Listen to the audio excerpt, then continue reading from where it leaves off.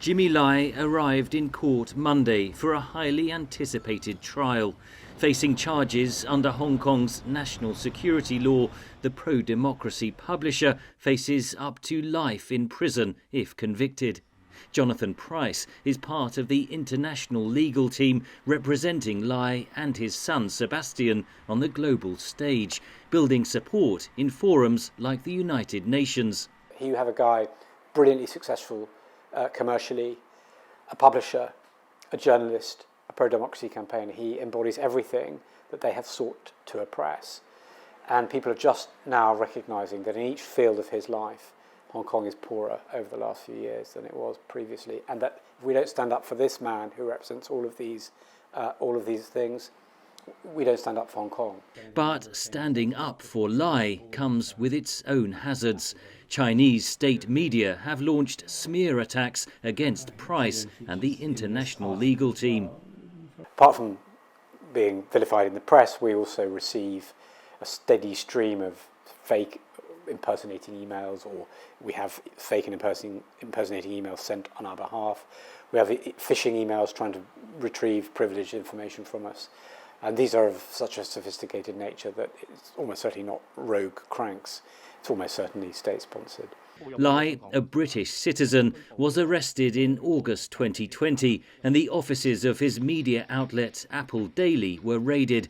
Authorities accuse him of colluding with foreign forces and publishing seditious material, charges he denies. 1 year later, Apple Daily announced its closure, citing the freezing of its assets and arrests of top executives. It is one of around a dozen outlets to shutter since the law came into effect. A major pillar of what was Hong Kong's democracy, this unbelievable institution of the free press, had just gone up. It dissipated into thin air. Lai built a booming business empire in Hong Kong. Following Beijing's deadly 1989 crackdown on protests in Tiananmen Square, Lai dedicated his efforts to campaigning for democracy. Founding the Apple Daily recalls his son Sebastian, who says the family was a constant target of pro-Beijing harassment. Our house was firebombed. There was once a dog that was skinned and pinned to our door. So a lot of intimidation. When the national security law came down, a lot of people warned him and told him that he should leave. And he told them that he wasn't going to leave his people, he wasn't going to leave his journalists.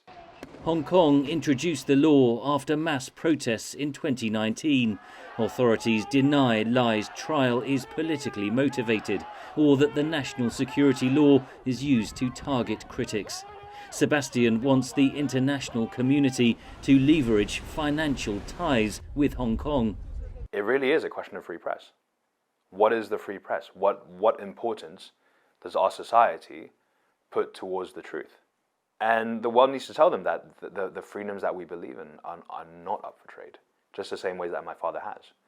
Britain, the US, the European Union and Canada have called for Lai's immediate release.